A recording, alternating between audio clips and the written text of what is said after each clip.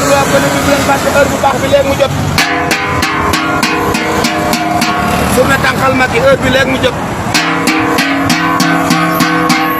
yéen waa VDN bi góor ñeeg jigéen ñi mag ñeeg ndaw ñi bu leen fàtte heure bu baax bi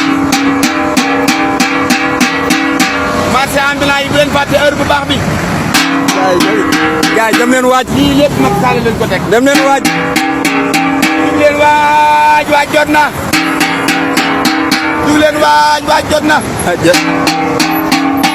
comme lay aji jug leen waaj jot na waaj jot na jug leen waaj jot na